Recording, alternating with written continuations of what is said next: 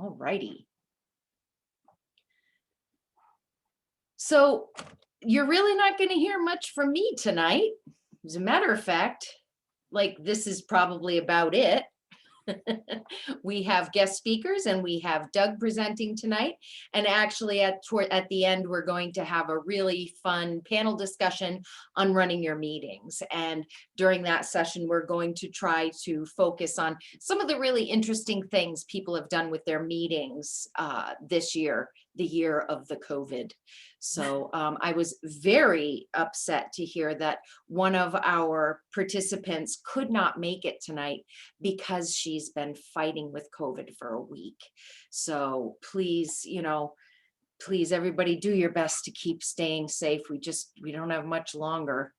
Hopefully if we can all get vaccinated, but that just, brought it home again. It's still that close to all of us.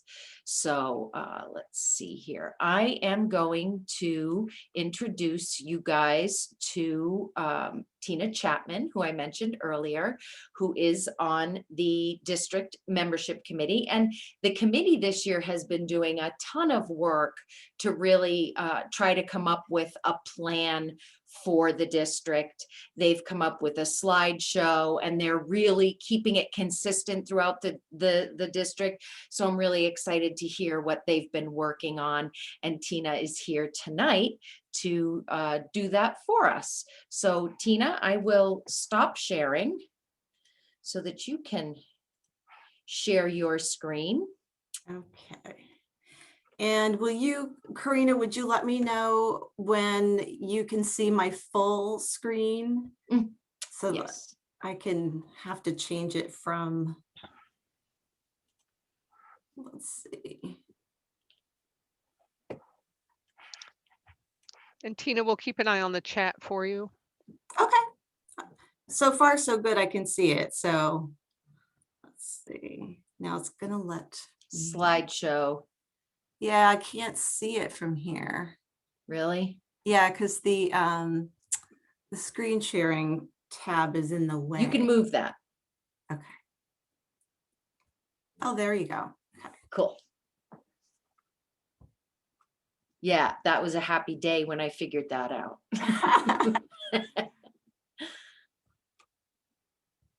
Okay, so can you see the full screen? We can now. Okay, good perfect. To go. Okay. All right. So hi, everybody. It's nice to see you all. Thank you for taking the time to participate in PETS. And also thank you for taking on the role as your club's incoming president. So since we're here at PETS, I had to put in this photo from one of my favorite movies, The Secret Life of Pets. And hopefully this photo is not indicative of how you are feeling right now. So a couple of things, please feel free to unmute and jump in anytime if you have questions.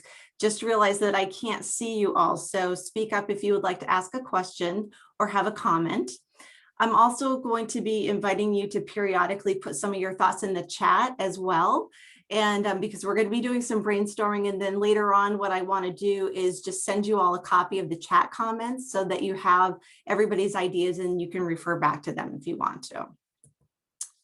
Okay, so let's get going. So I'm going to share with you a bit about membership, and here are a few things that I hope you will come away with as a result of this session.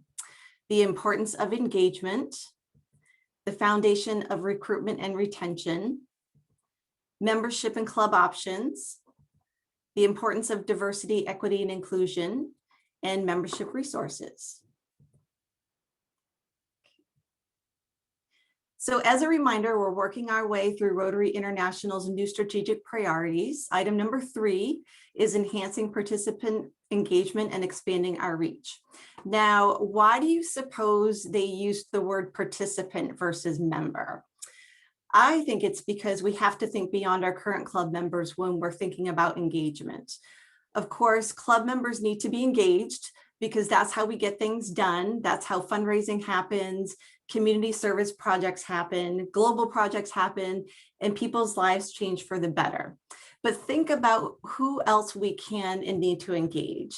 That could be prospective members, community partners, businesses, future Rotarians, including Rotaractors and Interactors, allies, and people we serve with our initiatives. And for anybody who's not familiar, I don't want to make any assumptions that you know what a lot of these things are that we're talking about, but just in case that you don't, Rotaractors are at the college level. They're Rotarians at the college level, and Interactors are at the high school level. And we hope that they will in turn become Rotaractors when they go to college. And then we hope both will become Rotarians when they are out of school. Okay, so we can't really talk about membership without a quick look at our membership numbers. So this slide actually shows our current membership numbers for both Rotary and Rotaract. So you can see since July 1st, 2020, Rotary has gained more than 2,000 members, which is great, and started 241 new clubs. Rotaract is also growing. They've gained nearly 12,000 new members, and 631 new Rotaract clubs have formed.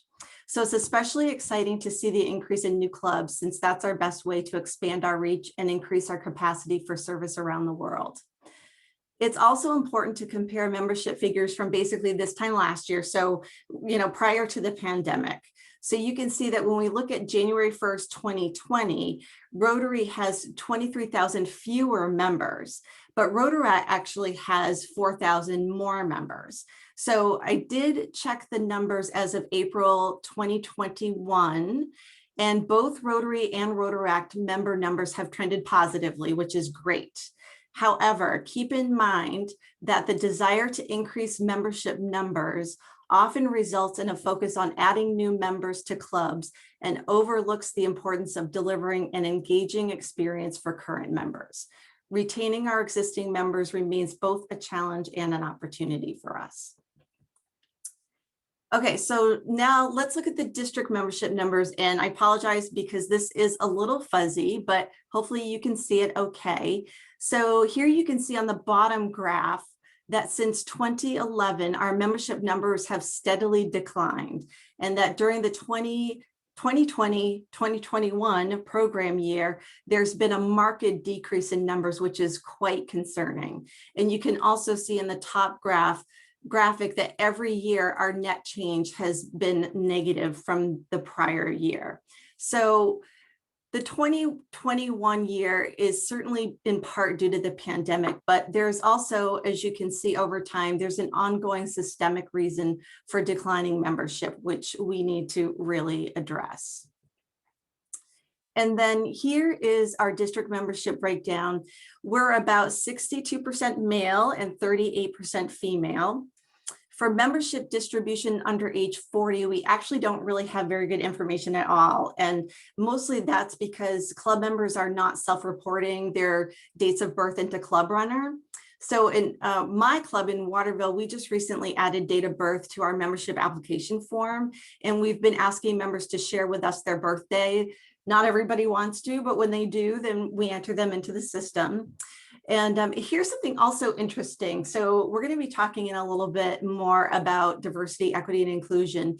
And I found when I was sort of researching for this, that as a system, Rotary International is not formally capturing data on any other factors that we're going to talk about, such as race, socioeconomic status, gender identity, and sexual orientation. So that might be something that we might be looking forward to, as long as we're focused on diversity, equity, and inclusion. So it would be good to start to capture that information.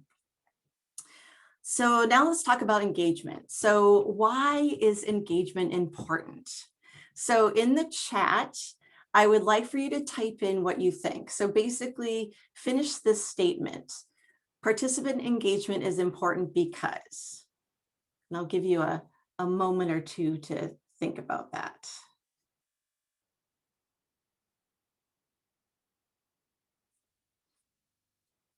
Why do you think engagement is important?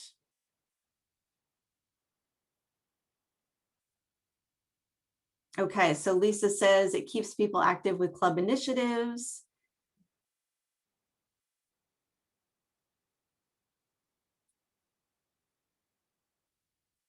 What else?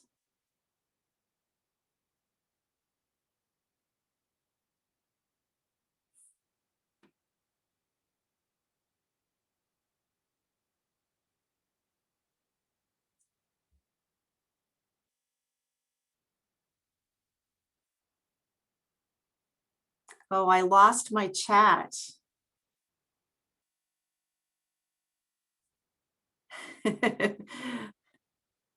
Are there more answers in the chat, Corinna? There is. I'll answer this one. A couple of comments. Let me just make this bigger. If they're not engaged, we cannot reach our goals as Rotary clubs. It doesn't alienate anyone. It's moving. Hang on. People are typing. That's a good thing. That's good. We want you to type, even if we don't get to all the answers. We want to be able to record them. Helps with wow, I gotta go way up. Hang on a second here. That's a wonderful thing. Keeps people active with club initiatives. Participant engagement is important because, okay, that you type that. Members want to feel like they're making a contribution. Absolutely. It helps bring our community together. Engagement is retention. Rotary meetings are more fun for their members. It's important to be a working part of the community. Nice. It solidifies a relationship of the participant and makes individuals feel like their voice is being heard and they are valued. No engagement, no longevity or retention or a reason to remain a member to the club. Awesome. Yep. It keeps people active and engaged, also brings new members when we are active. Engagement drives the club. It's nice to see your fellow club members at meetings, and engagement keeps them coming to meetings. Engaged members get things done. I love that. That's right. Engaged members stay active. Awesome. They want to stay members. Engaged communities want to become members and work in our clubs. Keeps them. All right. Yep. Thank you, Robin. Sure. There's a whole pile more. That's okay, because I want to be able to capture that information. And so when you think about incoming President Shikamada's theme for the year, service to change lives. If we want to change lives and expand our reach, we need the breadth and depth of Rotarians across the globe working together. The more engaged our members are, the stronger our clubs will be, and the more lives we can impact. Oh, let's see.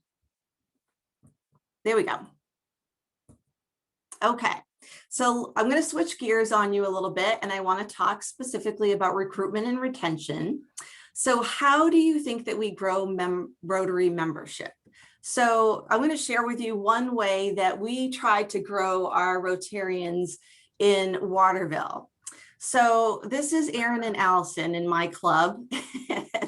And, you know, they tried hard, but this we thought was just taking way too long. So clearly we need some other ideas for growing new Rotarians. So before we toss out some practical ideas about recruitment and retention, we need to think about the health of our clubs. So in order to attract and keep members, our clubs need to have a very strong foundation. So think back to last week's presentation about the elements of an effective club. So I want to reinforce that message, because if our clubs don't have a strong foundation, all the recruitment and retention efforts in the world are not going to sustain its membership. So in the chat, I'm going to ask you to toss out some ideas around what do you think is essential to a strong club foundation?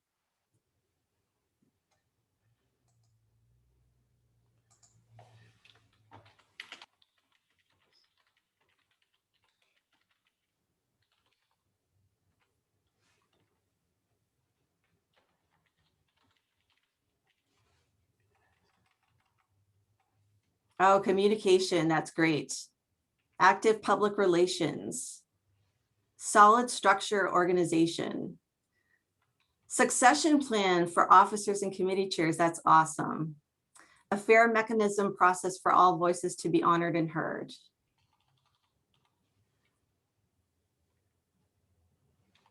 Interesting and engaging service projects, fellowship opportunities for members.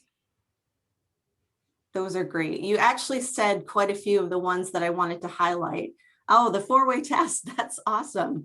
Mentoring of new members, answering their questions and getting them involved, creating a space where people feel welcome and part of the group, not having cliques and unwelcome setup. So basically you guys are already talking about things that are in my presentation. So that's fantastic. A clear identity, Committing to service projects, that's awesome.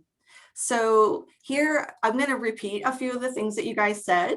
So here are some things that I was thinking about when I thought what would be a strong foundation for clubs. So opportunities for input, goal-oriented and strategic, and that's something we're going to talk about. Diversity, we're going to talk about that as well. Meaningful engagement, flexible and adaptable. I think we all can say that this last year we've demonstrated that we can be flexible and adaptable. Clear and consistent communication. PR and marketing, and we're going to have some more information about that after my presentation. And fun, of course. So when it comes right down to it, your club should be vibrant. And a word that I like even better is irresistible. Community members should be so smitten that they should reach out to you and ask to join your club. Karina and the rest of the training team have provided you with lots of resources that are at your disposal, including the Be a Vibrant Club Toolkit. I would highly recommend taking advantage of these resources to strengthen your foundation, your club's foundation. And before we're done, I'm going to show you just how many resources are at your disposal. Okay, so let's say you have a very strong club foundation. Now what? There's one thing I want to highlight around recruitment and retention and engagement, and that's intention. So clubs should have one or more specific goals around recruitment and retention and strategies that include member engagement to obtain those goals. And what makes a good goal? So that's a question. So the goal is the what. This is exactly what you want to accomplish. So here's an example of a goal. Our club will increase its membership. So is that a good goal? Not really. So how about this one? Rotary Club of any town will recruit 5 new members. Well, that's a better goal, but it's not really super. So how about this one?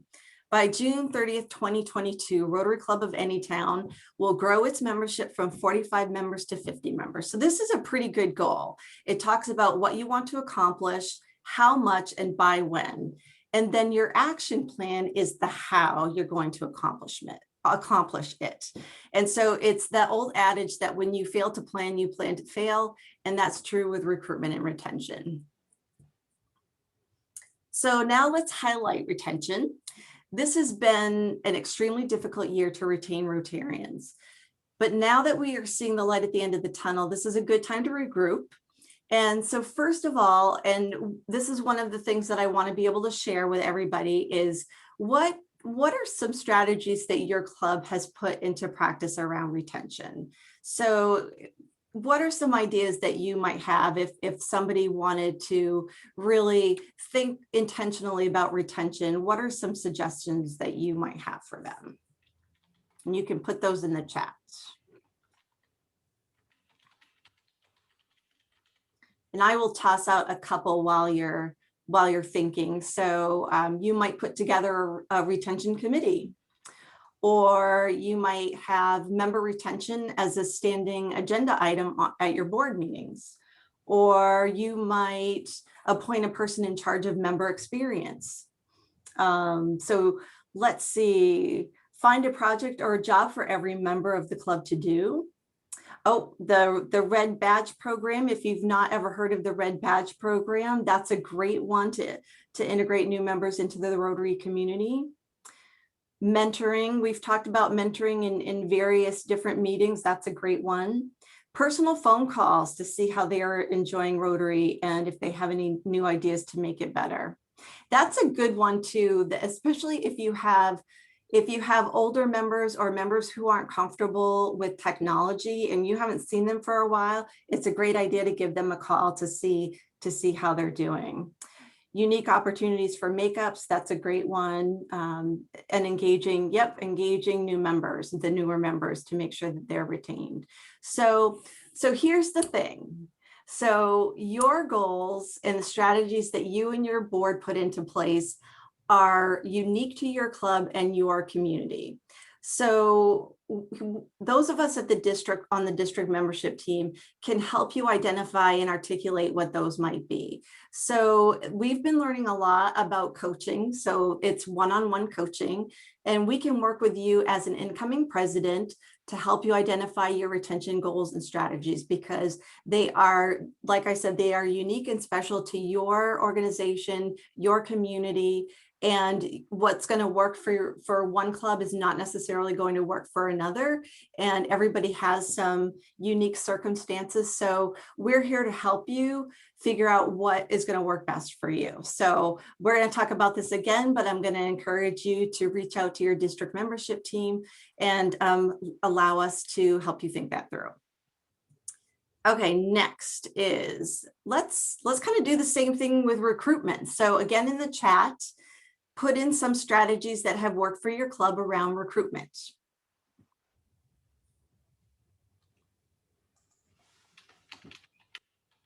Oh, I like this idea too, offering social distancing outdoor get-togethers for non-tech savvy members during COVID. That's a great one. Asking former members to rejoin Rotary. That's a good one. Yes, inviting local guest speakers to join the club. That's awesome. Inviting members inviting friends to club meetings. Yeah, actually, so this year we have a perfect presidential membership initiative, which is each one bring one.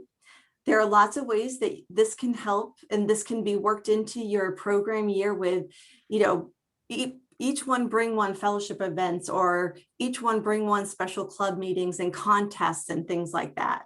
A special evening for new members, for potential members, free dinner, yeah. And we give them information about what Rotary is about. Yep, looking at what classifications are not yet engaged, working with the chamber. I can tell you from experience, working with the chamber has done tons for our particular Rotary club. And so again, though, just remember that recruitment, your goals and strategies are very unique to your club and your community. And so the membership team can help you figure a lot of these things out. So maybe your district, or I'm sorry, your club wants to do an assessment of current and previous members, or maybe, people who, there are a lot of people who've heard of Rotary, but they still don't know what Rotary does. Or maybe your club wants to do a strategic plan, or one of those other building blocks to really make your foundation strong. Maybe you want to do a SWOT analysis, which is strengths, weaknesses, opportunities, and threats, before you actually put together your recruitment and retention strategic plan. So those are some of the things that we can help you with. And then one of the other things that it kind of came up in the chat a little bit that I wanted to talk about is Rotary engagement is super important with new Rotarians. And what we do in the first year or two of their being members of our club really makes a difference. So first, and I think somebody mentioned this, give them a good orientation as soon as you can. It's really important that they know what to expect and that they start to understand more about Rotary, about your club, who your leaders are, what your club does for projects, events, and fundraisers, and what your expectations are. It's also important for them to know all about the benefits of being a Rotarian. So in the chat, please share your experiences or ideas around providing a meaningful orientation for new members. And while you're doing that, I'm going to kind of keep going a little bit, because I know I only have a certain amount of time with you, and I don't want to run over. So here's the thing. Okay, so these are my pets. This is Salem and Stella and Jim. And I'm sharing this with you because for a really long time, when I heard Rotarians talking about pets, this is what I thought. So when, just take, as president of your club, just take some extra time to explain the various acronyms. So here's a few for you. There's RILA and RLIDG. We already talked about these, DGE, DGN, TRF, DDF, EREY, etc. So you can imagine how frustrating this might get for a new person to try to figure out what we're all talking about, right? So I'm going to actually share with you what these are, because I'm making an assumption that not everybody knows. So RILA is the Rotary Youth Leadership Awards, which is leadership training for youth that Rotary coordinates once a year. RLI is the Rotary Leadership Institute, where you can sign up for lots of different sessions around everything that's got to do with Rotary. We have our district governor, we have our district governor-elect, our district governor nominee, and our past district governor or immediate past district governor. We also have, this is important too, because we talk about it a lot, DDF, that's district designated funds. TRF is the Rotary Foundation, and EREY is every Rotarian every year.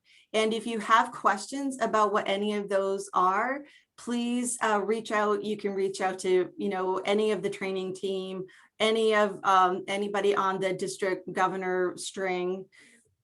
That's all I'm going to say about that. So and then we'll help you. So it's really important that your newest Rotarians, they don't know the history of your club. They're not familiar with your fundraisers, your customs, and the service projects that you've always done. And this is going to be really important as we look more to embracing diversity, equity, inclusion, where there may be other barriers for people around understanding what Rotary is all about. Okay, so let's move on a little bit. One way that clubs have found to engage new and different members is through offering different membership types. So in fact, there's really no limit to the types of memberships that your club can offer, as long as the details are defined clearly in your bylaws, which from week 1, you all should know where your bylaws are. So there's a corporate membership that allows for a business or organization to have one membership at a reduced fee for a primary member and several ancillary members who are basically all invited to all club meetings and events. There's a family membership that allows for 2 or more members of the same family to be members of the club at a reduced fee. And then there's young professionals, which offers a reduced fee and often substitutes attending a certain portion of meetings with participating in service projects. So in the chat, I'm just curious, do any of our clubs have any other kinds of membership types? And if you do, can you just share what they are? And we will share that information with everybody here. Okay, so keep in mind that what we really want to do is we want to grow Rotarians, right? Regardless of whether the person is in our club, in a neighboring club, or in a new club. In fact, if we as Rotary International are going to turn our membership numbers around, it's going to be through the establishment of new and different types of clubs. And District Governor-elect Doug Curtis mentioned this, I think, last week. But so what different kinds of clubs are there? So there's the traditional club that we've all known and loved since about, like a year ago, where we meet in person and we have a meal and we have a speaker, that kind of thing. Online, this is kind of the same thing as a traditional club, but the club hosts its meetings online. And this was actually happening. There were online clubs that were happening before the pandemic. And then we all sort of morphed into an online meeting. The idea, though, is it kind of works well for people who travel or who really like meeting online. And maybe they are, they're away part of the year and then here part of the year. And but the idea is that they meet at the same time every week, kind of like the traditional club does. So the satellite club, that's an offshoot of a current club, and it's sponsored by a current club. And they maybe are just a group of people who want to meet at a different day or different time. Maybe they want something a little less traditional. The satellite clubs do need to have at least 8 members to get started.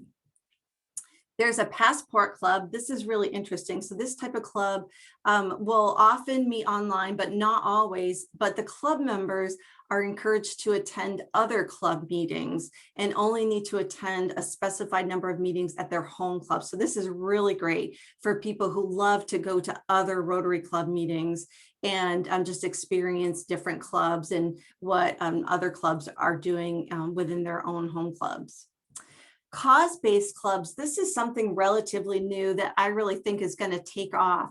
So this is a club that's formed around a specific cause and focuses their service efforts in one particular area. Rotaract and Interact, which we already talked about, which is college and high school. And then our new normal hybrid clubs, which is a combination of traditional and online clubs.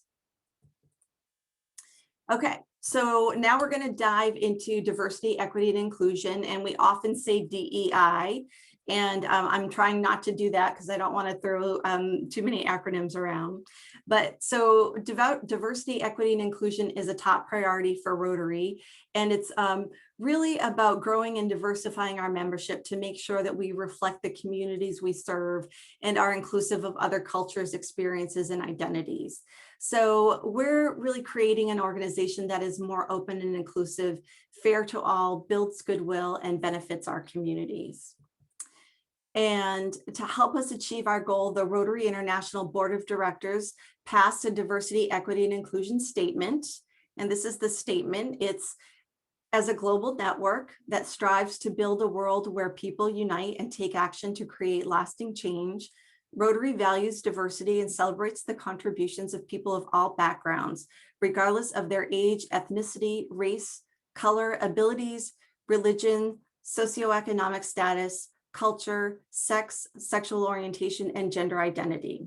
Rotary will cultivate a diverse, equitable, and inclusive culture in which people from underrepresented groups have greater opportunities to participate as members and leaders. So in the chat, I'd love for you to put in, how would your club benefit from being more diverse and inclusive? And you might be wondering, while you're chatting about that, you might be wondering, well, you know, how does a club actually go about becoming more diverse and inclusive? Well, one of the first things is just to start talking about it. So you could, there's actually Rotary International has a diversifying your club assessment, which includes strategies that your club can put into their action plan. So that, again, here's the word, intentional, so that you're intentional about diversity, equity, and inclusion with regard to your recruitment efforts, your speakers, your projects. You can encourage and support people from underrepresented groups to participate. Actually, scheduling speakers on the topic of diversity, equity, and inclusion is a great way to do that. I actually participated in a webinar just yesterday, and these are all folks that are on the Diversity, Equity, and Inclusion Task Force with Rotary International, and they would love an opportunity to come to clubs and talk about what they're doing. So start talking about ways that being intentional about diversity, equity, and inclusion can add value to your clubs and bring different and important perspectives to the table. Okay, so membership resources. Oh my gosh, Rotary International has so many resources. And this is just on membership. So in addition to what Corinna and the training team have put together for you, on myrotary.org, there's a whole section with tons of resources on membership. So I put in a few snapshots so that you could see what's available. So this is all about, this part is all about assessing your club. There's a whole section on engaging current members. There's a section around connecting with prospective members, making new members feel welcome, and developing your club. And then you can see here, committing to diversity, equity, and inclusion. And then I also wanted to highlight your membership plan, because I feel like everyone should have a membership plan, if not in and of itself, but as part of your overall club's strategic plan. And so to wrap up this session, I would like you to think about this one question, post it in the chat if you like. If not, you can just write it down. But the question is, what is one actionable takeaway from this session that you will implement during your program year as club president? You may want to conduct a club assessment. You might want to create a strategic plan. You may want one-on-one membership coaching. you might want to explore a cause-based club or create a new membership type or address diversity, equity, and inclusion. So one of the things that we're going to be doing is following up with you after this session with a short survey to see how our main membership team can help you as you prepare and dive into your year as club president. Tina, can I jump in real quick? You can. I know you're in a hurry, so I didn't want to interrupt you, but first of all, I also want to thank and welcome the people from 7810 who are joining us tonight. I think it's very important to say hello. So thank you for those people that are here. I think this last thing that Tina talked about diversity, equity, inclusion is something that we're all way behind on. There's no question about it. And that's one of the big pushes that Rotary has. And at the district level, we're definitely way behind on it. I mean, I can't speak on the Quebec side, but I know in Maine, you know, we have many new nationalities that have moved to Maine. And, you know, particularly in the Auburn-Lewiston area, for example, we have quite a few. And if anybody knows anything about nationalities, as just one example, you know, they come with their own customs and traditions. And since my mother was born in a different country, I'm very well aware of that. And myself, I think the one thing she taught me growing up was to be nice to everyone. And that's the bottom line. And so we have to reach out to people, maybe get a little outside our comfort zone and be welcoming to our clubs. And when I think about what Rotary is trying to do, I just think about my mother and what she taught me growing up. So I think, you know, whatever little thing that we can do in our club to improve that is what we should do. And I know on the district level, there's certain rules that we have to follow, but we need to make this a priority in our district. And I think we make it a priority in the district, we'll make it a priority in the clubs. So that's my 5 cents. Thank you, Doug. Okay, so, and I know I'm over time, I'm sorry. Here's my contact information. And then this is our main membership team. We have Jill Goodwin, Sally Dwyer, Cliff Hannon, Suzanne Yule Melanson, and myself. And we are happy to help you with any part of membership that you would like. And I just wanted to leave you with a final thought as you are entering your year as Rotary president. So there's never enough time to do everything, but there's always enough time to do what's most important. So I want to congratulate you on your new role and thank you for your service to Rotary. Thank you, Tina. Thanks, Tina. That was some great information there. The chat is being saved, so that we're all set with Awesome. that. I typed each question in there so that you'd know about when That's it starts. helpful. Thank you. Yeah. And I sent it to you because, yeah, it's fun to look at there. All right. I'm going to interrupt here for a second. Tina, could you perhaps sometime in the Yeah. next little bit here share the people you met with who want to come to the meetings for diversity, equity, and inclusion? You said they wanted to come to the meetings. Maybe there's a contact or a link on a page you can provide for those folks who would like to reach out. Yep, I'll see if I can find that during the meeting. If not, I'll send it to you over email. Yep, that'd be great. Thank you.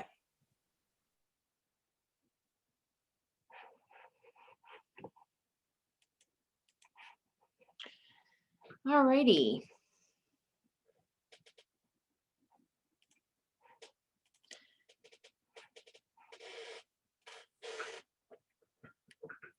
So we will be continuing. Oops, that's all. Oh, I'm going backwards.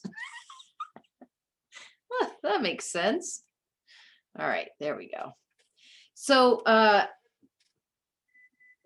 we have probably time to take our break right now. But before we do, I did want to talk a bit about an email that I got from one of our participants. Let me just hang on a second here. What am I? Too many screens.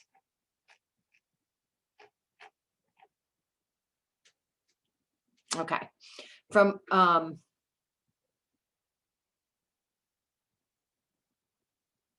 yeah, quickly I'll go over that. And I'm going to try to, Doug, can you put the budget in the chat? all of you should have had the opportunity to review the budget for Doug's year. It was sent out in March, Doug, and to every single club in the district, and it with instructions to be brought to the club and shared with everyone.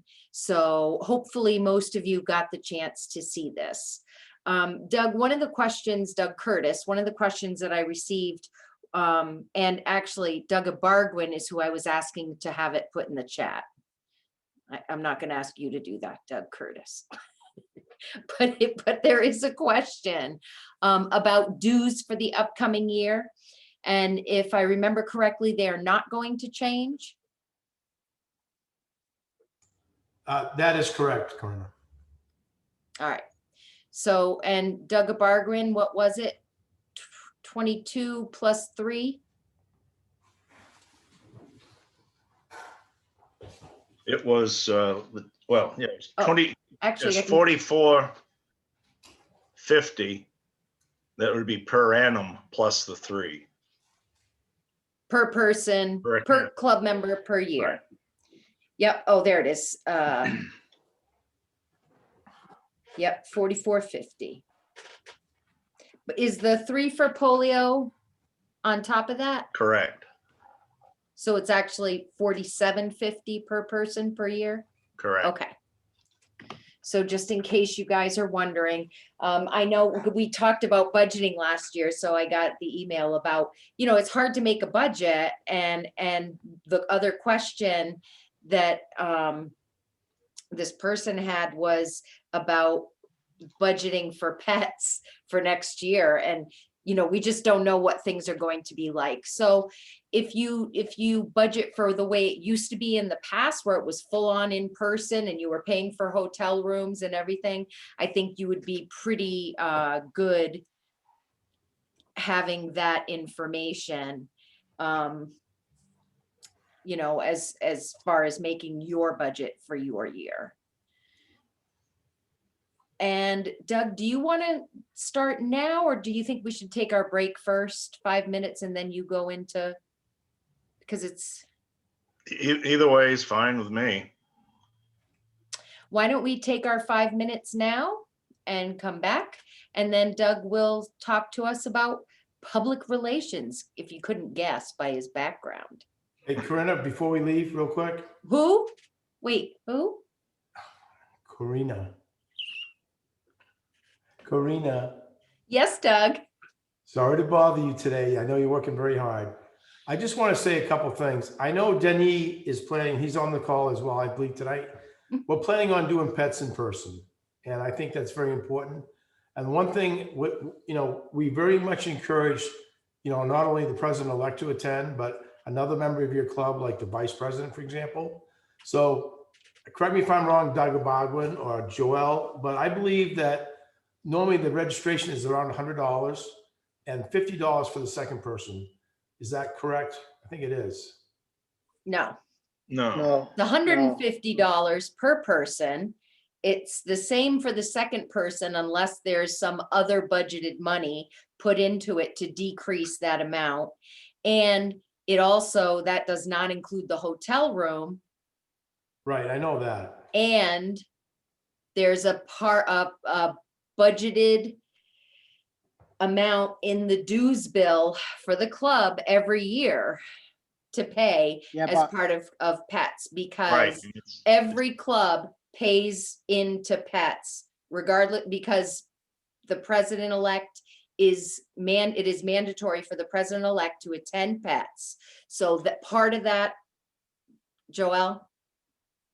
Just to let you know that the money that was taken from the club for my pet is still in an account. That's why this year we didn't charge for the pets. And I think for the dues for next year, it won't show again because the money's still there. Oh, that's cool. So that you won't have that. Typically, Yeah, we didn't take it. Excellent. But we need to remember that with the pandemic, if we go back in person, it's going to be a raise, because the hotel already told me it's going to be like 15 to 20% raise on everything, meals, rooms, and everything. So be prepared to adjust your budget, because it may be going up a few dollars. And that- was I thought I was also hearing that the district is looking at ways to have it be both in person and virtual. We need to find a good technology to do that. Yeah, And I think we're gonna need help on your side too, to help us with the technology. They're a great one, the best one to use to do that. well, then it won't be at the Georgeville. Unfortunately. Yeah, but there's a solution. We can just enter a line who's gonna be able to take all the Wi-Fi and pay for it. Right. Can do that, like a T1 line or something like that, who's able to take a large volume of data. That's what we need. So Yep. that's a possibility we can do, so. Yep. And Okay. Karina, So again, it's still really hard to budget. For now, I think if you use the old numbers, you'll still be kind of in the ballpark. You know, we'll be really lucky if we don't have to get billed again for pets next year. But if they're talking about a huge raise, they're going to need more money to secure the hotel in the first place. So I would not bet on that not showing up in the dues, just in case. We don't know. We just don't know. And also and just. the amount, Karina, was 190 per person. Oh, 190. Right, Yeah. and so I just want to say, we did factor in a carryover for Joelle's budget of $9,500 towards pets. That was in my budget. So. Right, but if the increase is 20% for next year, Right, that might use that. but Take the care. total amount for pets was up to 30,000. All right, so that was a long answer to that question, and basically the short of it is, again, we're not sure. So, you know, budget for something so that you're not in a spot when you get there. Anybody else have any budget questions while we're at it?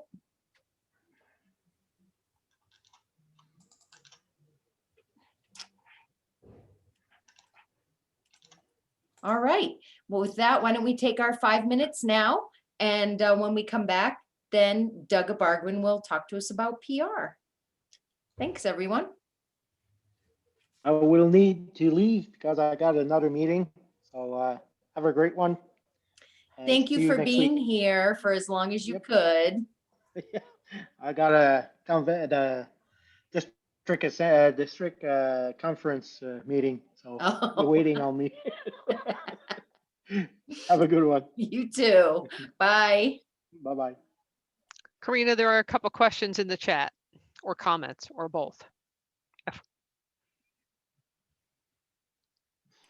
All righty, hang on. Oh, there we are.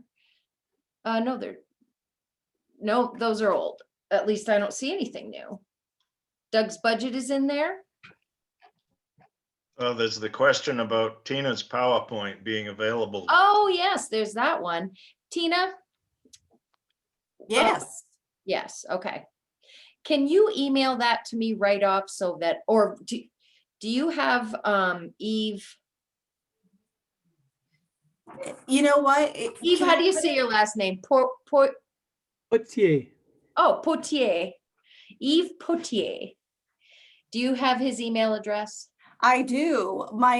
The only thing is it might be too large to email. I'll check. If not, Eve, you and I might have to do like a Google Doc or something. Okay.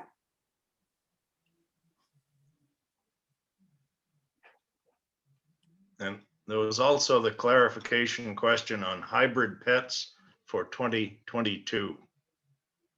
That's what we were just talking about. Right, Don't know. not for 2021. That's us now. So it's Right. 2022.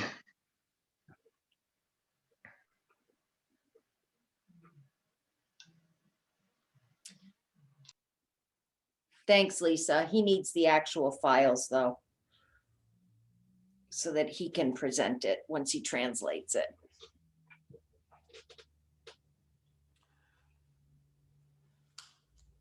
But definitely you could do that for for this. Do you want to put it on the resources document, Tina?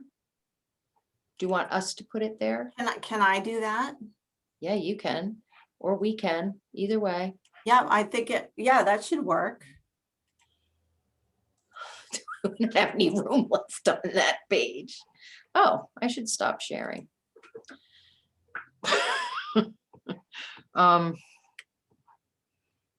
Doug, what time did I say 5 minutes? 2 minutes ago, How many? about 2 minutes ago. Oh, perfect. So 7 o'clock will be fine.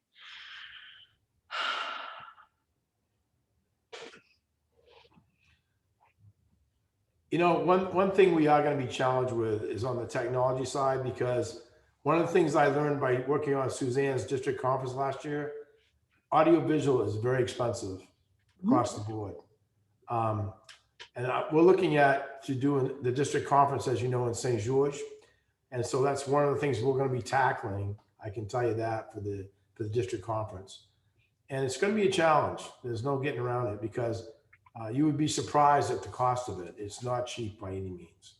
So I would not be surprised at the cost of it, but it's worth it if you have to do that, right. because you can't rely on an event that big with amateurs. You know, Oh yeah. it's just hard. So you have to. We've heard as much as about 20% as the cost of everything is going up. That's quite a bit. But there's no inflation. No, there isn't. That's what I just heard. So are you budgeted for it? We budgeted based on around 30,000 total for everything. And that's what we budgeted for. And that includes Joelle's 9,500, which I put in the budget.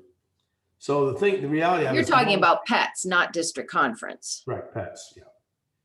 And district conference, we don't have a clue yet, none whatsoever. Thank you. Yeah, no problem. Pets shouldn't be as hard as district conference. Except that the hotel's not, you'd have to figure something out there. Yeah. I know Denny's intent is to do it in person. I know that. Mm-hmm.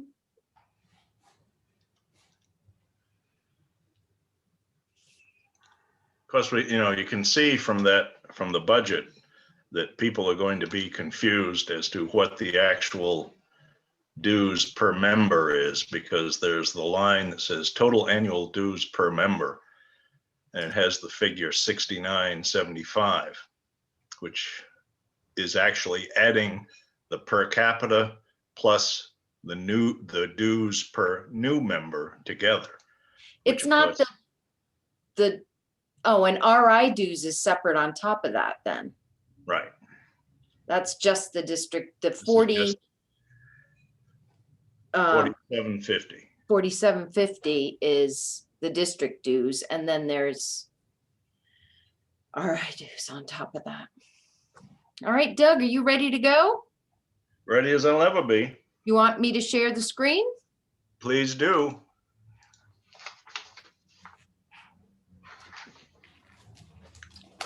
Okay.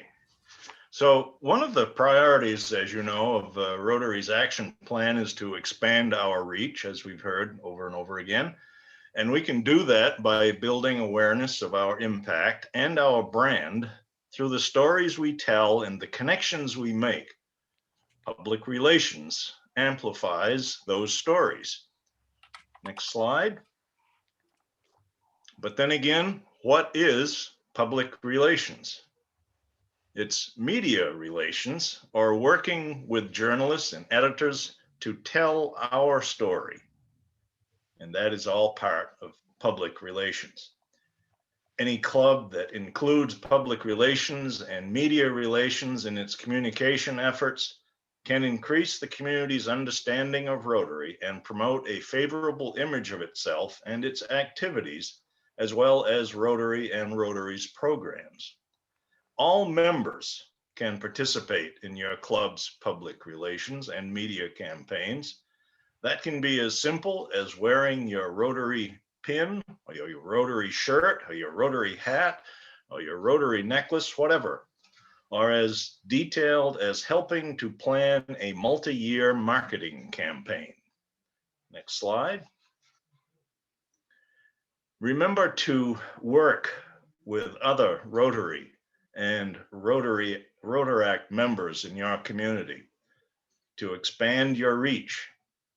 For more information, examples, and tips to see the public relations guide that is also, of course, in the resources document. But this gives you some examples of what to look for, because you want to say every member can participate. You can reach out to family members who may have experience within the media concerns in public relations. And of course, knowing media contacts in your area, knowledge of the community partners that you may be reaching out to, may be working with, nonprofit organizations, government offices, schools, and of course, businesses, and project or event planning experience of your members or Rotary program experience can be very valuable in having your members participate. Okay. So these are some examples of using media to reach your audience. So before we really talk about the media to promote your club, it's important to understand the types of media coverage. Earned media coverage, that's someone else creating your media and then publishing it. So it's content about your club that is created by someone else, and they create it and publish it. It can include news media and blog posts or social media mentions, shares and retweets by others. Earned media often carries more credibility than owned or paid media, but it requires you to cultivate relationships with journalists, influencers, and your target audience. So owned media refers to any media channel that you control and maintain, such as your club's website, its social media channels, and its blog. You control both the content and the channel. And then, of course, paid media coverage is any form of media that your club pays for. This includes club sponsorships, advertisements, and posts by social media influencers. You control the content, but not the media channel. Social media influencers often give you an effective way to boost your message using your trusted reputation and broad exposure. Influencers can promote your cause to a new audience and encourage people to get involved. Okay. So building media relations is about building a connection with the media by being supportive, encouraging, and having a thoughtful dialogue and developing trust with them. And you follow these steps to become a reporter's valued resource. Now, resource, before you take your story to a reporter, review their recent articles and their social media archive. Familiarize yourself with the topics they're interested in and how they prefer to be contacted. Then strategize how you can show a connection between your story and the topics they cover. And of course, respect. Respect the reporter's time. It's important to do that because they are busier than ever. Provide as many relevant resources as you can to help a reporter deliver a high quality story. And of course, follow through. Follow through to be sure coverage has been seen and shared. Use social media and other promotional channels to make sure great coverage gets out there and is seen and shared. Okay. And of course, promote Rotary's brand. In all of your public relations efforts, it's important to use Rotary's logos, fonts, colors, and photography consistently and correctly. By following Rotary's brand guidelines in your communication, you help the public immediately recognize your club as part of Rotary. Okay? And of course, promote your club. Use your customized Rotary or Rotaract club logo when you communicate with the media or post information on your social media accounts. Find templates for creating your logo in the Brand Center and instructions for using it in the voice and visual identity guidelines. It's very simple to create a customized logo such as this that you see now for your own club. I'm sure a lot of you have already done that, but make sure that if you have not, that you get it done. Next. So you want to telling your story for print. To project a positive image and create a connection, your stories should focus on Rotary's impact, feature visually compelling images, and reflect Rotary's values. Okay, but what makes a good story? Now, journalists are looking for the problem. What is the problem your club wanted to address? Include relevant statistics and research that could support a story. And a decision, how or why did your club choose this issue?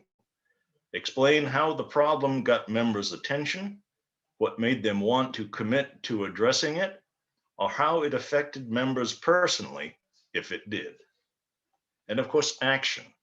How did the club get the expertise, resources, and partners together it needed to take action? Describe any obstacles you faced. If possible, include elements that elicit sympathy or another emotional response, or that convey tension or suspense. And impact. What was the result of your action?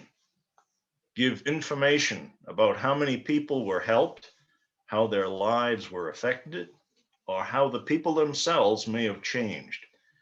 Include a quote or interview from a beneficiary or someone else if you can. If you have it, include data that demonstrates the impact. And of course, you hear this kind of thing, and it sounds like you're in the process of applying for a global grant, because these are the types of things that you would need to know in applying for a global grant. You know, the people who are affected, how are they going to be affected? How many will there be affected? And so forth. So it all blends right in with that. Okay, Karina? And find your club's story of impact. When I think of that, you know, this should be a picture of Old Town putting up another wheelchair ramp somewhere.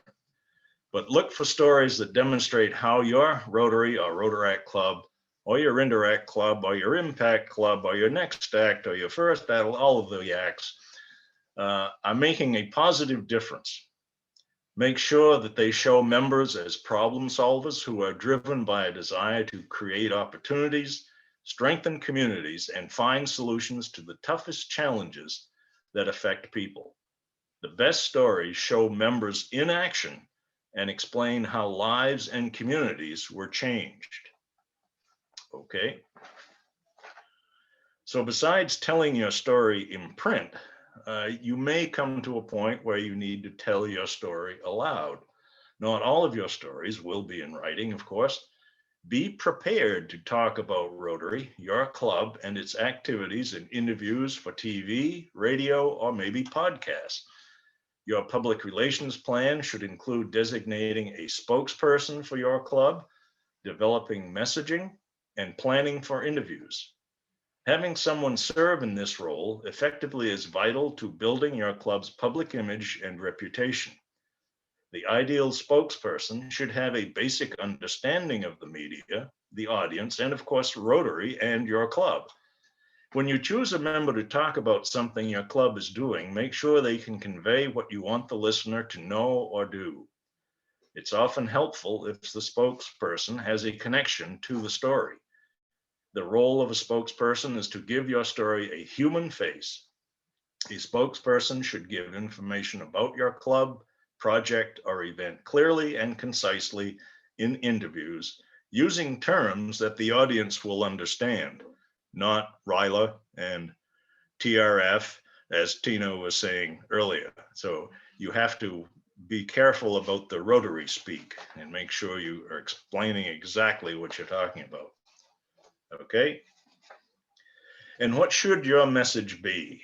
A simple explanation of your viewpoint in 1 or 2 sentences that are easy to understand, easy to remember, and repeatable. To craft your message, choose 3 things you want to say, no matter what questions you're asked. And you can see those here. The first point, you should define the problem. The second point, explain the solution. And the third point, describe the benefits and call to action. And one of the good things to bear in mind is there's this very simple 1-page Rotary fact sheet that, of course, you can find on Rotary.org to make sure you are giving the proper Rotary messaging. Each message can be supported by those facts, statistics, and examples. And of course, you should have anecdotes, quotes, analogies, imageries, or personal stories. And if your spokesperson truly does need help with messaging, make sure they get a hold of that Rotary fact sheet. Okay. So just as Tina was showing all of the information that's available on Rotary.org, as far as membership, there's a tremendous amount of information naturally on Rotary.org for assistance in public relations. These are some of the tools that you will find. And of course, you should not only find, you should use that are on the website. And these are some of the things that you can use to get the message out. And make sure you are using the brand center to properly brand everything that that is relevant to public relations. And next. Here you see exactly the links that are on Rotary.org. The fact sheet, of course, like I said, is already in our resource sheet, but you also have the visual identity guide, a link to the End Polio Now website, and of course the Rotary marks, and being able to register for a webinar. All right.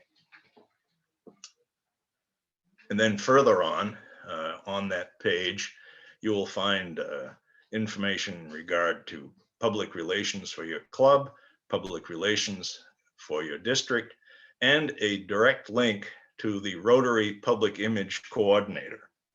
But by all means, just continue to tell your club's story. And that's my story. I'm done. Yeah. Okay. Trust that guy wherever you see him, huh? Yeah. We already had our break, so you don't get another break, but we did Sure. not want to take the opportunity to miss this gem.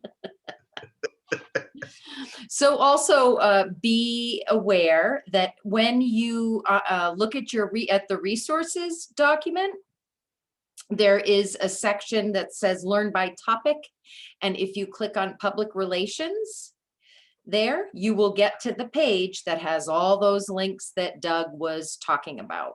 If you click on membership, you will get to the page that has all of the, I believe it's the same links for membership, that has all those links that and all the screenshots that Tina was showing you. So those are some easy ways to get right to the website and find all of the links for those subject areas that you can use. And when you do it that way, you're always getting the most up-to-date information on membership or on public relations, on whatever you're looking up. So it's really important to try to go there first for your. And Karina, I see Lisa of Bar Harbor has asked about putting a link in the chat for the fact sheet. Well, it's on the resource document. Is where you'll find that link. Yep. It's actually on, there are some of the links directly on there, but if you do the learn by topic and go there, it's in there too. So yeah, it's, we try to give you as many ways to get everywhere as you can. Just know that you're going to the same place. So once you find the way to navigate that works the best for you, just keep doing it that way for yourself. Don't you need to change the slide? And there is, Lisa, there's a link to the resource document on the top of the agenda.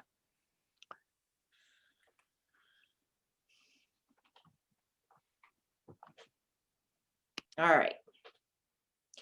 Robin. Yes. So we're going to get underway. Our panel is Doug Bargwin, Scott Boucher, and Karina Larson. And we'll talk about running your meetings. And as serving as your club president, you'll plan weekly meetings, quarterly club assemblies, club board meetings, and then the visits for the district governor and the assistant governors that visit you. At the end of the session, you should understand what meetings you will lead. You'll have some tips to run those effective meetings, informative and fun, of course, and how to prepare for your DG visit. So let's get underway here. Let's talk about weekly meetings first. Doug, do members attend because they have to or because they like to? And how does the quality of a meeting contribute to the club experience? Well, I certainly like to think that our members attend because they like to, and I do believe that is true. Because if people are looking at just the Rotary rules and saying, well, you got to follow this, you got to follow that, then every club would have 100% attendance. I haven't seen that. So I would have to say that those who are actually attending meetings are there because they like the meeting. They like the people they are with, and they like perhaps the speakers. And of course, as you know, here in COVID times, we've actually been able to get even a better selection of speakers because of the simple fact that they don't have to travel, for example, to Farmington and to be here at 6:45 in the morning, and God knows how far they would have to have come from.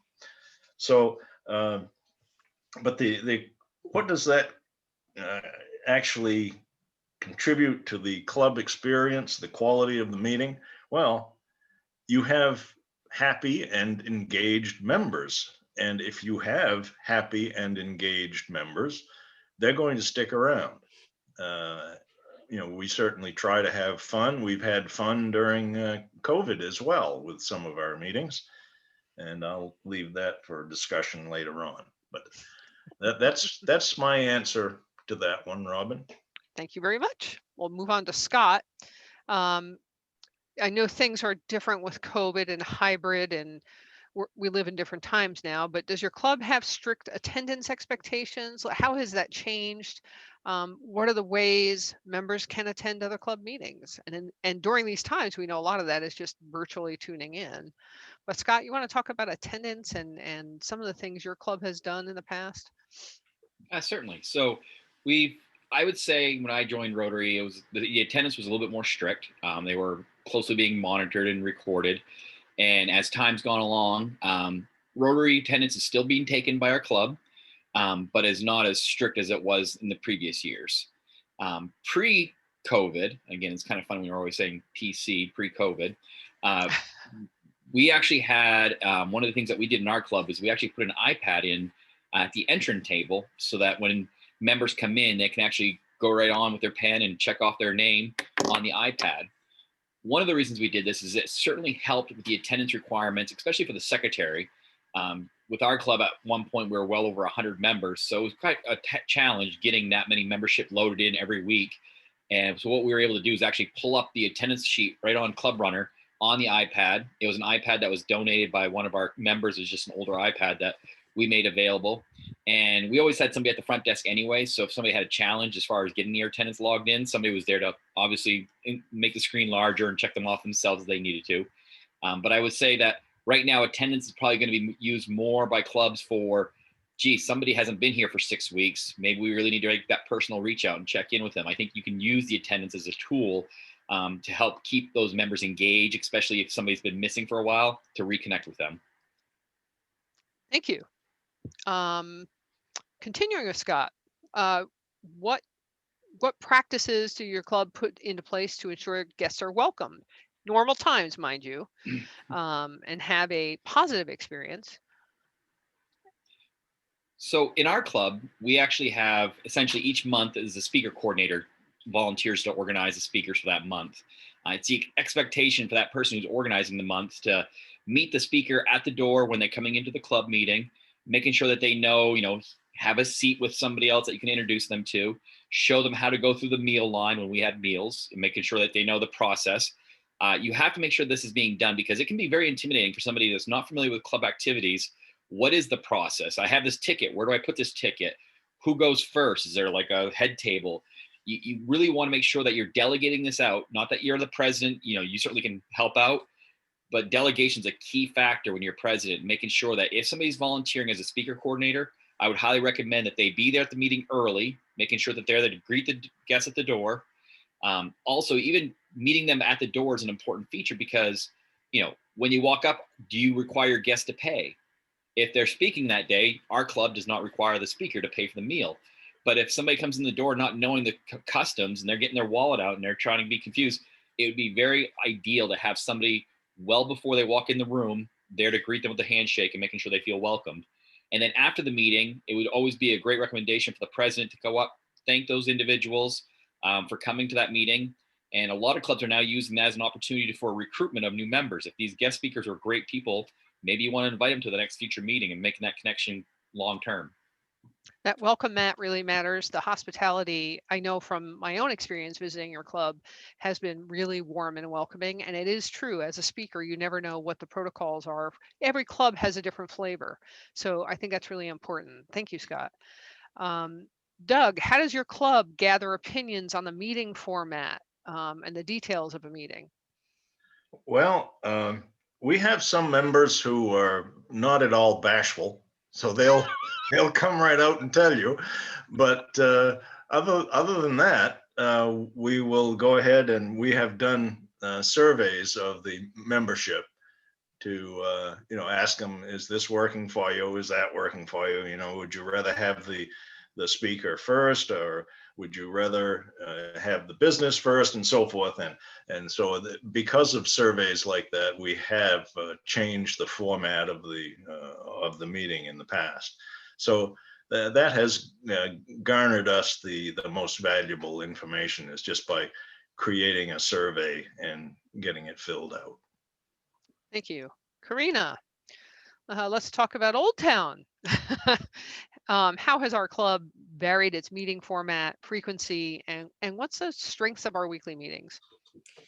So it's all about the technology, as you guys know right now. Clearly, it's how we're all here.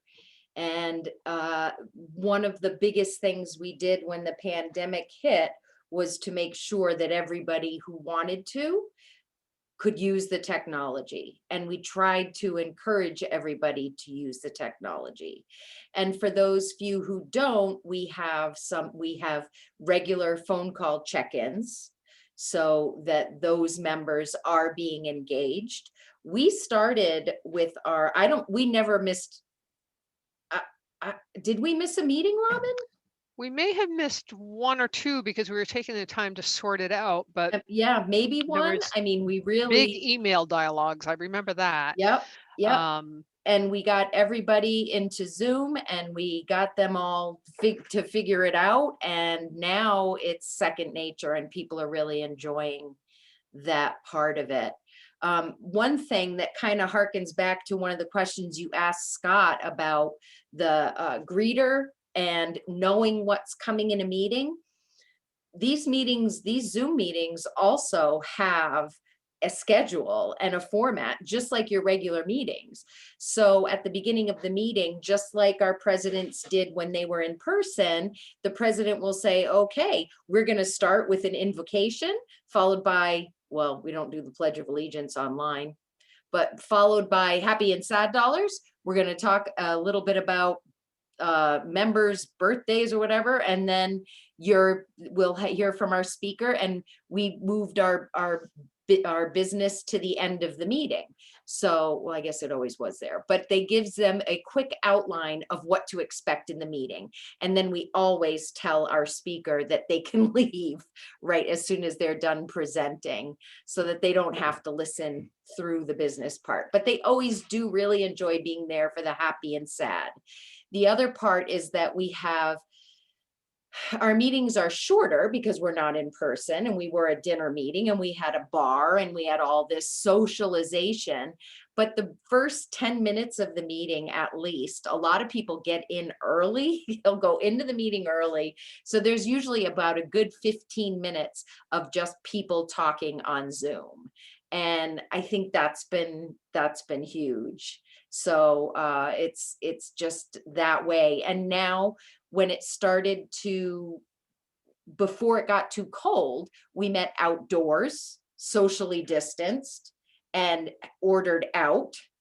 And now that it's getting warmer again, we're talking about doing that again. So, you know, we've been really good about trying to use every way we can to do that. And what was the other part of that question?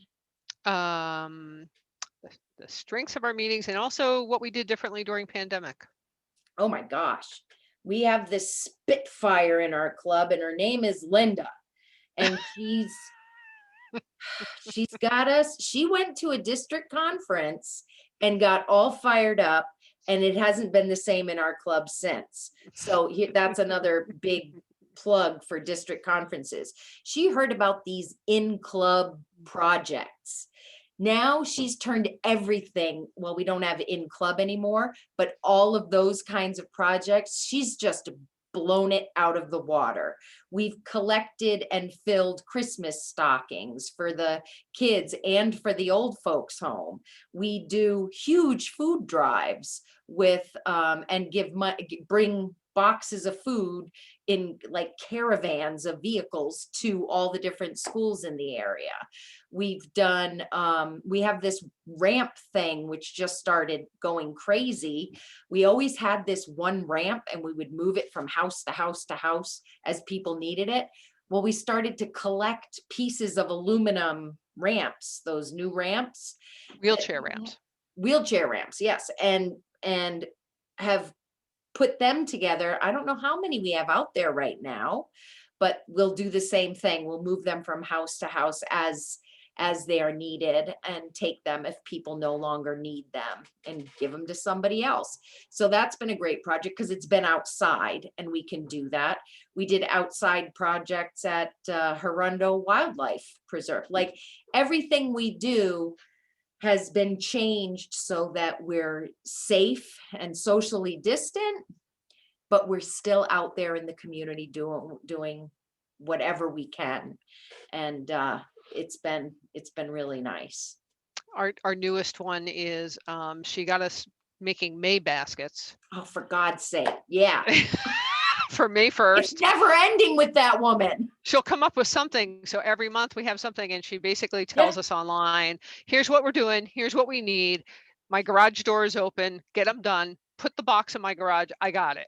Yeah. And that's how it works. Yeah. So and she'll hand pick people to get involved with every delivery or whatever. So it rotates around. So everybody is involved, and we're socially distanced, and it works. And We're it's involved been and a we're lot of safe. fun. And yeah, yep. We did reverse advent calendar.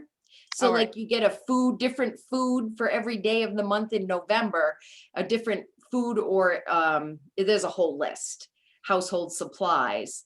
And so Detergent, once you have whatever. your box full, you bring it, and those were given out to families as well. And we've expanded our reach in the community tremendously because of all of the schools that have been involved and all of the different, the housing authority for the elderly housing, and the University of Maine getting food for their pantry as well. So. Yep. And as a result, we've gotten 5 new members this year. So 5 new members. they Kinda want to do the crazy. projects. So, Yeah. okay, we're moving on. Yeah.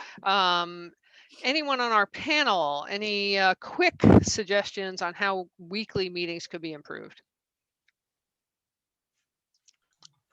One of the things that we did in Farmington, because I heard Karina mention that you're not doing the pledge anymore. Well, we're still doing the pledge at our meetings, but instead of having 30 people all at once at a different word within the pledge, the person who is actually the greeter, because we make sure every person gets greeted and welcomed to the meeting, that greeter is assigned on a weekly basis, and that person alone will recite the pledge as the president is holding the flag up in front of him. That's great. So Great that's suggestion. a good way to keep the pledge in place. Wonderful. I'm going to move on at this point to club assemblies. Scott, why don't you talk about what a club assembly is, how often we hold them, and how are they different than club meetings? So the club assembly, this is really, the meeting is actually the members themselves. You're not bringing an outside speaker. It's a working meeting, if anything, I would tell you. It's a great opportunity to get all your membership together, to have one dedicated meeting that you're going to work on a specific topic.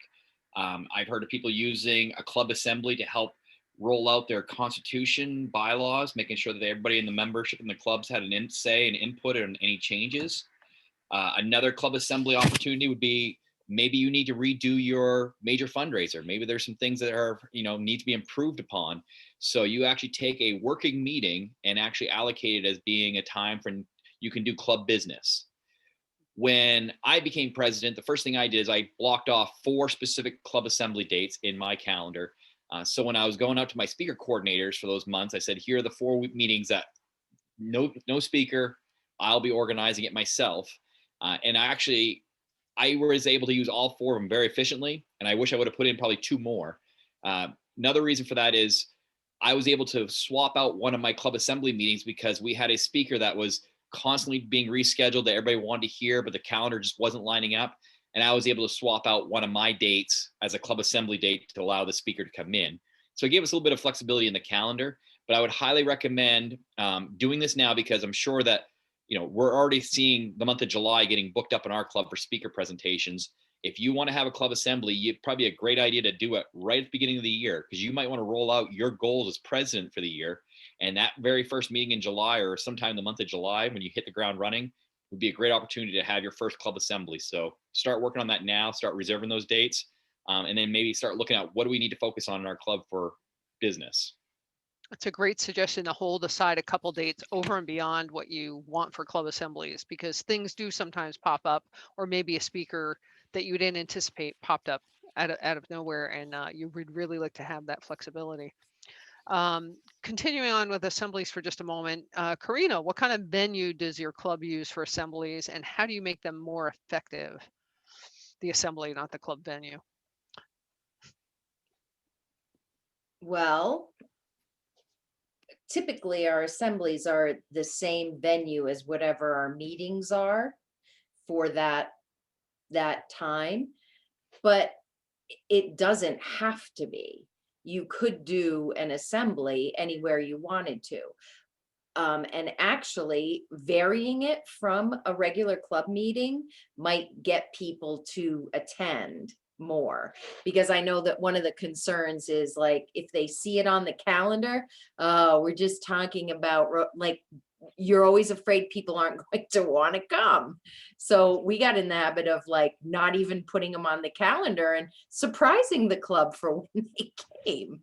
But I think if you could make it more of an event, that would be fun too. So there are different things you can do to kind of spice up an assembly. And if you pair it with some sort of once we're back together, an in-club project, that would be a fun way to, have just a few minutes of working on a project like filling bags or something, which all those things don't take very long if they're set up in advance, and then you can have the assembly. Yeah. Good. Thank you. I'm going to shift gears over to board meetings. We do get a fair amount of questions usually at PETS about board meetings. We'll continue with you, Karina. What should happen at a board meeting? Well, first of all, it should be a regularly scheduled event so that everybody knows when it happens. It should include all of the executives and directors of the club. Additionally, it depends on how your club is organized. You may want to have committee chairs there for events that are happening right away.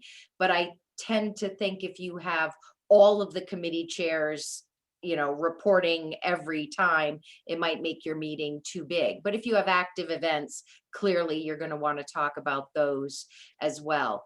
Your board meetings should be open to the club in general, so everybody should be welcome to that. Because we're an evening meeting, we use our board meetings as an opportunity to do something different. And every meeting is held at a different Rotarian's house, and we make a calendar ahead of time. So I'm February. In February, everybody comes to has been for years, comes to my house for whatever. I cook dinner, or you can have takeout, or pizza or whatever. In the summertime, we go to camps a lot, and that's always fun. So it gets it does a lot for fellowship and getting attendance at those meetings, and just another way to get people together in a more informal situation. And they are long because of that, because we are eating a meal and we're doing all this stuff. But if people don't have the time, they don't have to stay, but people usually tend to. It's on a weeknight, so it's not that ridiculously long. Probably, yeah, 2 hours is probably what happens with ours. But you have to do what's right for your club. Right. I know some will meet before or after their meeting that's at noon or 7 a.m. or what have you. Again, you have to do what's right for your club. Doug, how are decisions made at your club board meetings? Well, we always make sure that we have a quorum of the board because all members of the board, of course, are voting members. And we more or less follow Robert's Rules of Order and use it that way. But it always seems to me that you can tell by the general atmosphere of the questioning or the statements that are going on that you can tell there's already a consensus, but we still have the vote from each member, and probably 99.9% of the decisions are unanimous. The only time you have any abstentions is when someone is directly involved in the situation or whatever. But that's how it's done at our club. Great, thank you. Scott, how could you make board meetings more effective? A couple recommendations I would say is, as the president, you're the one that's leading this board meeting, have an agenda made up. And if you can have that agenda made up in advance and share it in advance, certainly will make everybody the opportunity to know they have to present on something, to be prepared. If you want certain topics to be talked about and people want to have time to put some thought into it before the meeting, that would be great to know in advance. So I would definitely recommend putting in a little bit of an advance agenda together.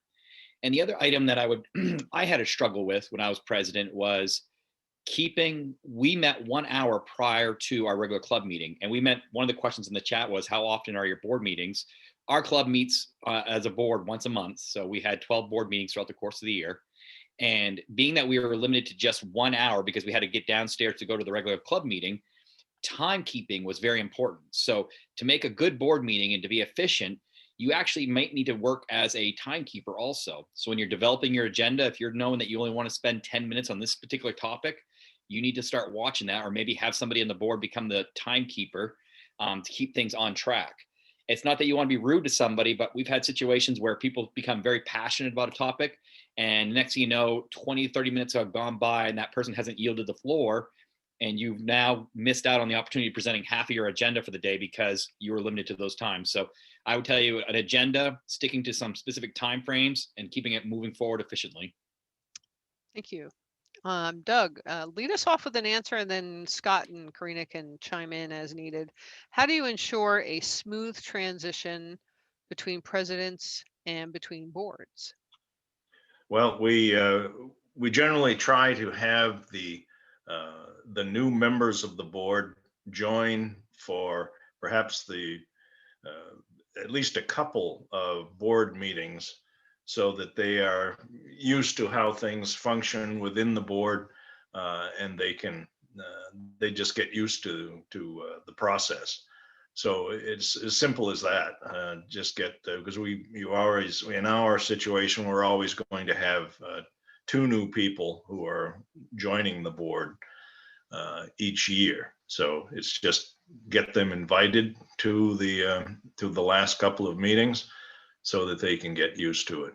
And, we've had this discussion going on, I can see, about, how frequently does the board meet? Well, of course, it's in your bylaws where you should be stating that. And it's generally accepted that monthly is it, but it has to be in your bylaws. And that's what they are there for you to determine such things. Excellent. Scott or Karina, anything else to add? I would also mention that if you are looking at transitioning officers, maybe your secretary has notified you this is their last year as being secretary, you might want to have somebody as the secretary-elect in training to start shadowing and coming into those board meetings well in advance, so they know what the process is, what the work looks like. And same thing with a treasurer. I think it's really hard to just go from 1 month having one particular treasurer to the next month, July 1st, we have a brand new treasurer. Really, you ought to develop a system that you have, just like we have with presidents. You have a president-elect, you have a vice president, they get a couple of years under their belts. I think if you know that your treasurer can tell you in advance that this is their last year as being in that role, you need to find somebody to be in that intern role, if you want to call it that, for the first year, for that following year, or at least 6 months, so they can start getting familiar with how the processes work. Great. Thank you. Anything to add, Karina? Nope. Okay. Let's move on to the governor's visit. Scott, can you talk about the AG's role in the DJ visit, and maybe touch upon the AG's role in general? So assistant governors really are there to help coordinate things for the district governor's visit. They're going to be the ones that will help set up the hotel room if the district governor's traveling from out of area. They're going to be in contact with what activities the district governor would like to have. If you'd like to take them on, maybe the district governor's come into your club and you want to take them on a tour of a project that you've worked on, you'll want to coordinate that with the assistant governor. They will be essentially the host for that week that they're in your area. The assistant governor will be sometimes acting as the chauffeur, making sure that the district governor has all their needs met. So that is the role during the district governor's visit. If you need to have anything in advance communicated to the district governor, please lean on your assistant governors. That's what the assistant governors are there for. During the club visit season, I have to say, your district governor visiting 52 clubs, or gosh knows how many more clubs we're adding into the district. It's a busy, busy time. And so use the assistant governor, which will help coordinate questions, answer things that could be done quickly. But if you need information delivered, use the assistant governor as that conduit. And the assistant governor typically will have the information if there's food allergies or special needs of some kind or another. So you can accommodate the district governor and the visit. So Scott, are AGs the Rotary police? They are not. Because we get that question a lot. And as a past assistant governor, nothing more made me upset than thinking I was there to check on a club or that I was there to tell them what they were doing wrong. I really am a role that wanted to be helpful. I'm not looking to penalize. I'm looking to be helpful to people. I'm looking to give you resources. So if an assistant governor is visiting your club, please don't be scared. Please don't look at them as the Rotary police. Please welcome your assistant governor with open arms. I would highly recommend, as you as a president, take time, and if an assistant governor is visiting your club, recognize them. When you're introducing guests, make a point to say, we do have a special guest here today, because that assistant governor is volunteering their own time and traveling around their areas and helping to coordinate things. A lot of work's being done behind the scenes. And I'm not gonna say it's the respect they deserve, but it's a nice sentiment, recognizing and letting the club membership know who this person is. And if there is questions at the district level, that's your person to go to in the local area. And sometimes the AGs will deliver news from the district to your club as well. So it's a two-way street there. So do make sure that you give them do make sure you give them an opportunity to say, like, do you have any words that you want to share with us? Are you here because they might want to speak on something about the district level? Just let them have the opportunity to have a few seconds to speak to your club if needed. Well, of course, the other part of that too is that the district governor, and as we've had experienced over the last few years and in upcoming years, the district governor is still working, still employed. Even me as an old PDG from 07, 08, I was still working while being district governor.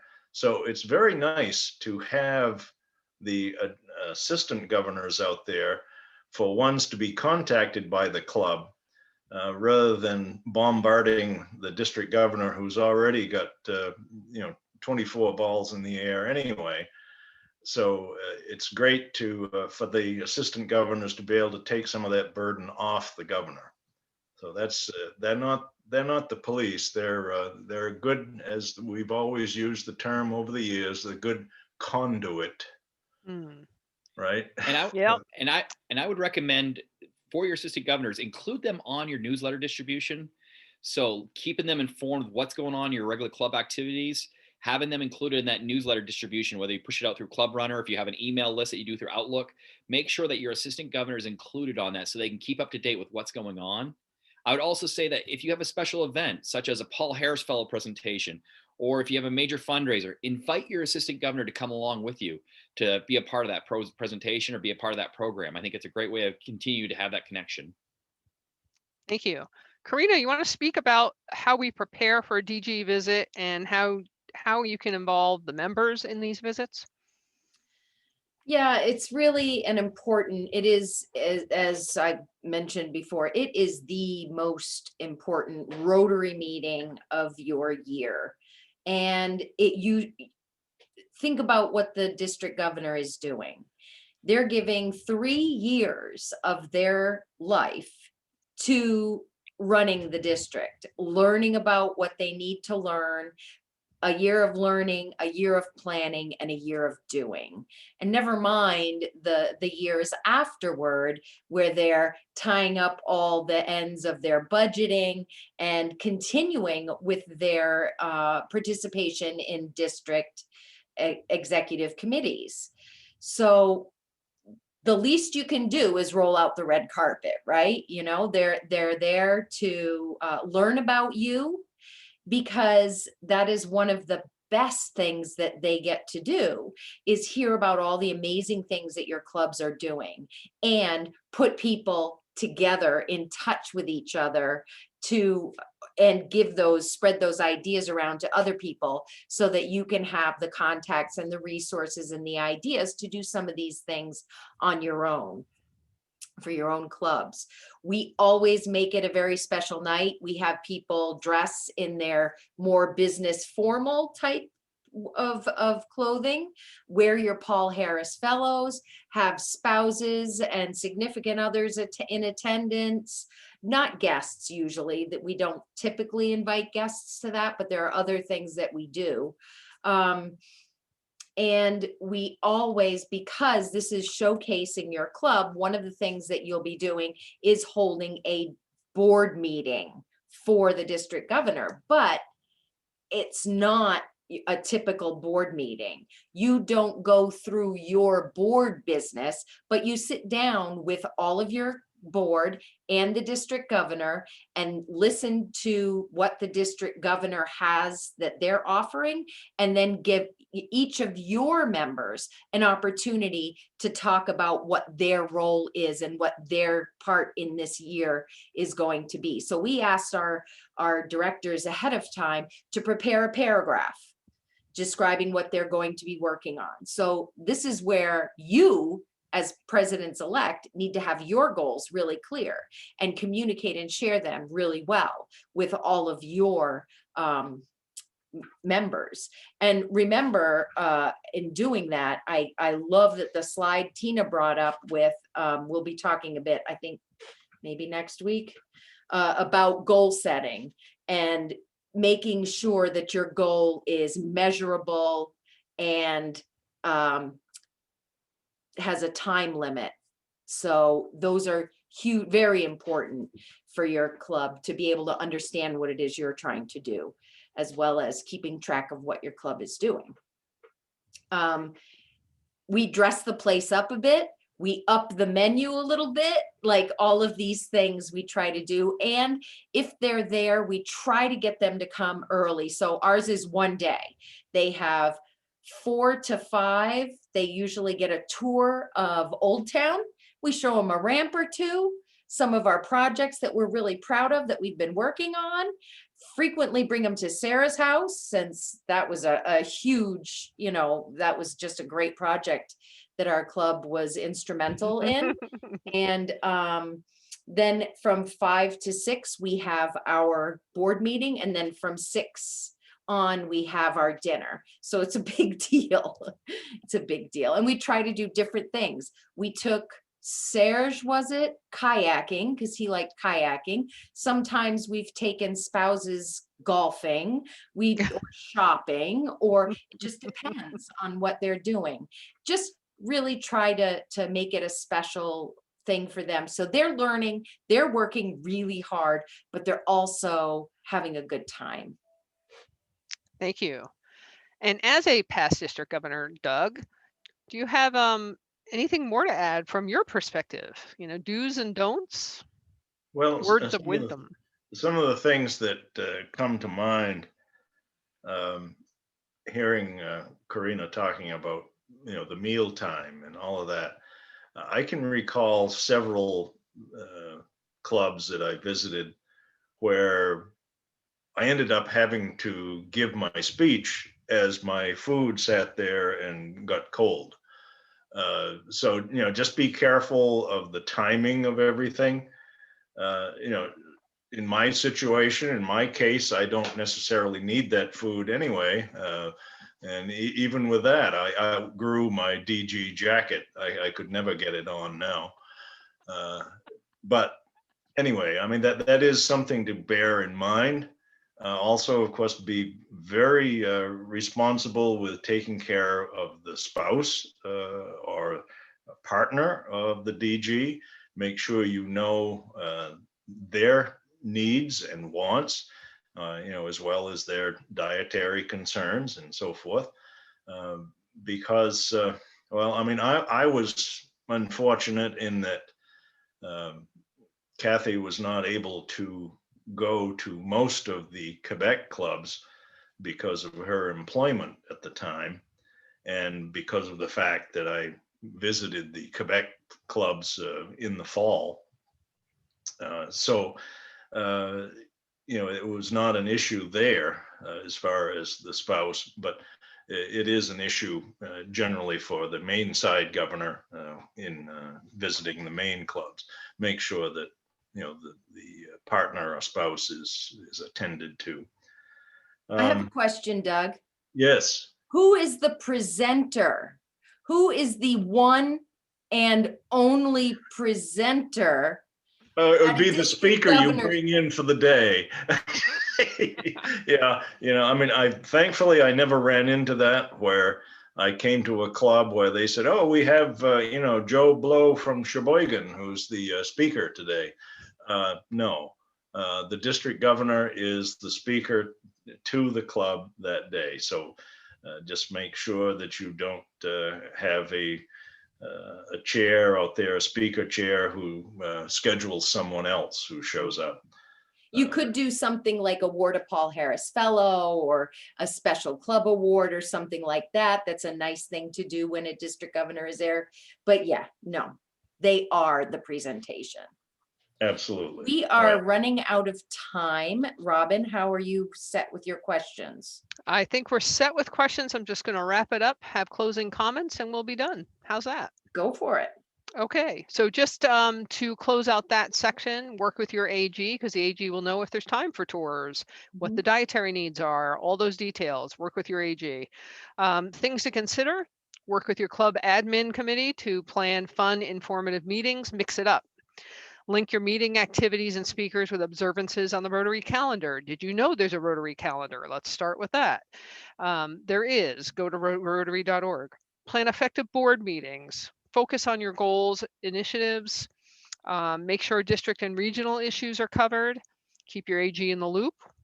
Exchange ideas and review your progress at club assemblies. Listen to your club members' interests to help plan events and projects. And also consider collaborating with your neighboring clubs. You know, maybe Waterville collaborates with Waterville, you know, Bangor and Old Town is doing a project together. Consider that because you're stronger together. So thank you. Handing it back to Karina to close out the night. Oh, I don't have to unmute myself. I'm already unmuted. So just to close tonight, all of the surveys are correct and live and ready. So if you have not filled out a survey for any of the parts you've attended, we would really appreciate your feedback. We have a few action items for next week. Next week, we'll be talking about foundation. So some of the things that we'd like for you to discuss this week are, what are your goals for the foundation giving and grants for your year? And how can you support the foundation? How can the foundation support your club? And also think about the needs of your club and your community. Draft, this is the other part, we're talking about goals. Remember that slide that Tina had, and see how well you can draft some goals, ideas to meet some of the needs that you know about in your club and in your community. And our strategic planning section will be part of that, you know, a way to, we'll show you how to learn more about your club. And it'll be another Jamboard session. So you guys are familiar with that a little bit. So you'll get to see and share that. I will be sharing all the Jamboards, and Tina will have the chat transcript so you can get all the responses from her questions that she had in her presentation as well. Does anybody have any questions? And thank you for emailing during the week, any of us. We love to get your questions, and it gives us a chance to look things up and maybe bring things up like the budget that, you know, that we haven't had before. So. No one? All right. Well, it is 7:59. And I hope you guys have a great Rotary week. We'll see you next week. And everybody take care. Have a great week. Good night.